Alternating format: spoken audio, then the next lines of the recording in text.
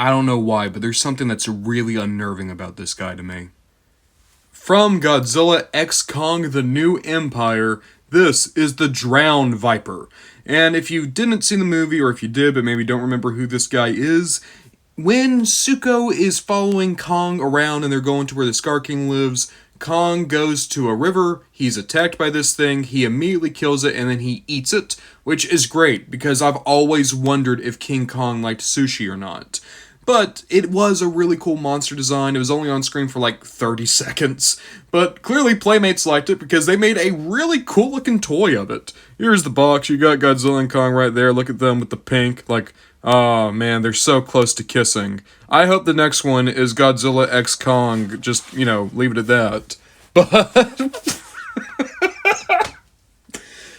that's how you know it's a stupid joke, is when you laugh at it. It's like, oh, that's terrible. You can see there's actually more figures in this wave. I only saw a few of them at the store. Tiamat, I would really like. She looks just wild. Godzilla Energized doesn't look too good. I'd love to get that Kong. That Kong looks great. I got one eye. These two, Real Phil Kong and Real Phil Godzilla, I wonder what they're about, because that looks like a flucked Kong. But that's enough talking about a box. Let's actually look at this big, beautiful, dumb worm thing. Jesus Christ, this thing is massive!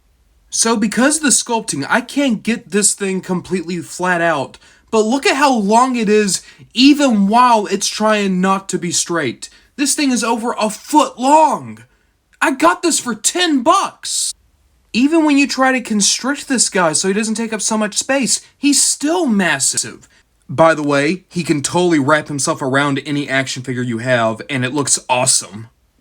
Okay, for the sake of my Transformers people, here is the Drownviper, here is a standard size deluxe. Yeah, this guy he is as long as a leader class figure is tall, if not longer than that. And keep in mind, $20 figure, $10 figure.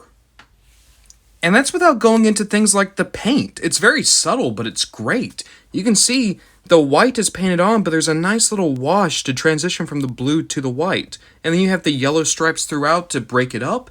And then you look in the mouth, you have the different shade of white for the teeth and the tongue. It's a great paint scheme. It really is. Again, $10, a thing this massive, still having a good paint job. What world is this? I'm sorry, I know that this might be getting overbearing, but seriously, look at how nice that is. It looks natural. That's how animals, like the color actually does transition, going from dark to kind of a middle ground to being starkly the other color. It's very nice. And look at the little sculpting here of the little rivets from where this thing would be like slithering like a snake. That's without going into the head, which again, this head is so creepy and so unnerving, but you see even more what I'm talking about. The nice transition, the fading between the white and the blue, the almost too realistic looking eye. That actually just looks like a fish eye. This guy is so cool. He's so cool. Also, posable. Let's just go through it, right? You have a ball joint here, ball joint here, ball joint here, ball joint here, ball joint here, and a ball joint at the head, and by the way, there's a hinge for the jaw. You're able to get this guy into as many crazy shapes as you can think, and they all kind of work. Like, look, you can even have him, like, kind of sniffing his own butt if you want to, because I don't know, this guy's a freak, maybe he's into that. I honestly don't know what I was expecting here, but it wasn't this. I wasn't expecting a really nice toy at $10. I was thinking that maybe there would be 2 moving parts. I was thinking the paint scheme would be iffy. I was really thinking that I was going to buy this and regret buying it. But I don't. This thing is awesome. Don't get me wrong, it's a character that if you don't care, I totally understand why you don't care.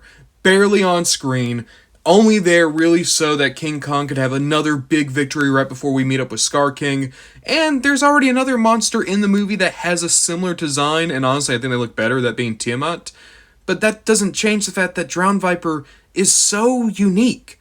And I can't really think of another Godzilla monster that looks anything like this. It's so cool, and even if you're not into Godzilla, get this, and it's just a wild alien for your Transformers to fight, or your Star Wars people to fight. Maybe Cobra Law brought this guy forward and your G.I. Joe is fighting this guy. I don't know. This is the type of toy where I'd say if you have any type of collection, you could probably find a spot for this. Be it as a big monster or a thing to put with your bad guys, it works. It really, really works. And also, I'm just thinking about this. I remember there was an episode of G.I. Joe where Cobra Commander basically brought like a big snake demon, and it kind of looked like this. Cut that fin off, give it a paint job. This would be sick for a Cobra display. But again, Transformers. This is some weird alien that maybe the Quintessons are sicking on the Transformers. It would work. It works. Because this guy is cool. And I would heavily recommend him to anyone who is interested.